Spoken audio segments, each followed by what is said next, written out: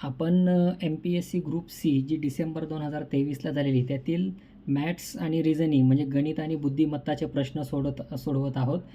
त्यातील प्रश्न क्रमांक 29 आपण सोडवणार आहोत. प्रश्न क्रमांक 29 आपण पाहत आहोत. एक दुकानदार 10 रुपयाला 15 आंबे खरेदी करतो आणि 10 आंबे 15 रुपयाला विकतो, तर त्याला शेकडा नफा किती होईल? ही गणितं खरं तर अतिशय सोपी असतात, परंतु बऱ्याचदा काही परीक्षेच्या स्ट्रेसमध्ये आपल्याला कन्फ्यूज करत असतात. तर ती आपण सोप्यात सोपी इझी ट्रिकने कशी सोडवू शकतो हे आपण पाहूयात. आता इथे बघा, 10 रुपयाला तो 15 आंबे खरेदी करतोय आणि 15 रुपयाला 10 आंबे विकतोय. तर आपण काय करायचं, आंब्यांची संख्या समान करूया. म्हणजे समजा तो 30 आंबे ज्या किमतीला खरेदी करतोय आणि 30 आंबे कोणत्या किमतीला विकतोय त्याच्यावरून आपल्याला त्या किमती कळतील आणि किमतीमधला फरक कळेल आणि त्यातून आपल्याला नफा कळेल.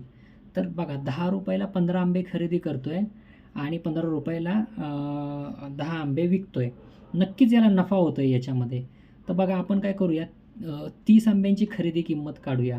सो 10 आंब्यांची खरेदी किंमत 15 आंब्यांची खरेदी किंमत 10 रुपये आहे. सो 30 आंब्यांची खरेदी किंमत किती असणार? 10 दुने 20 रुपये. तसंच 10 आंबे कितीला विकतो तो? 15 रुपयाला. मग 30 आंबे कितीला विकेल? 45 रुपयाला. बरोबर, 3ने गुणावं लागेल आपल्याला. सो त्याला नफा किती मिळाला? त्याने आंबे खरेदी 20 रुपयानं केले, विकले 45 रुपयानं. तर नफा सिंपल आहे, 45 वजा 20 25 रुपये. हे 25 रुपये त्याला कशावर फायदा झाला आहे? 20 रुपयेवरती. मग आपण नफा कसा काढतो? टक्क्यांमध्ये 25/20 गुणिले 100 बरोबर 125% त्याला प्रॉफिट झालेला आहे. देन आपण आता याच गणिताची जे 29 नंबरचं पाहिलं त्याची शॉर्ट ट्रिक पाहूया. त्याची आपण आहे ना, खरेदी किंमत आणि विक्री किंमत याच्यावरून आपण शॉर्ट ट्रिकने कसं गणित काढू शकतो बघा.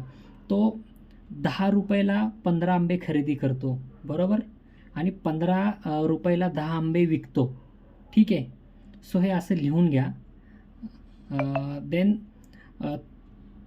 आपण काय करूया, खरेदी किंमत 100 आणायला बघूया.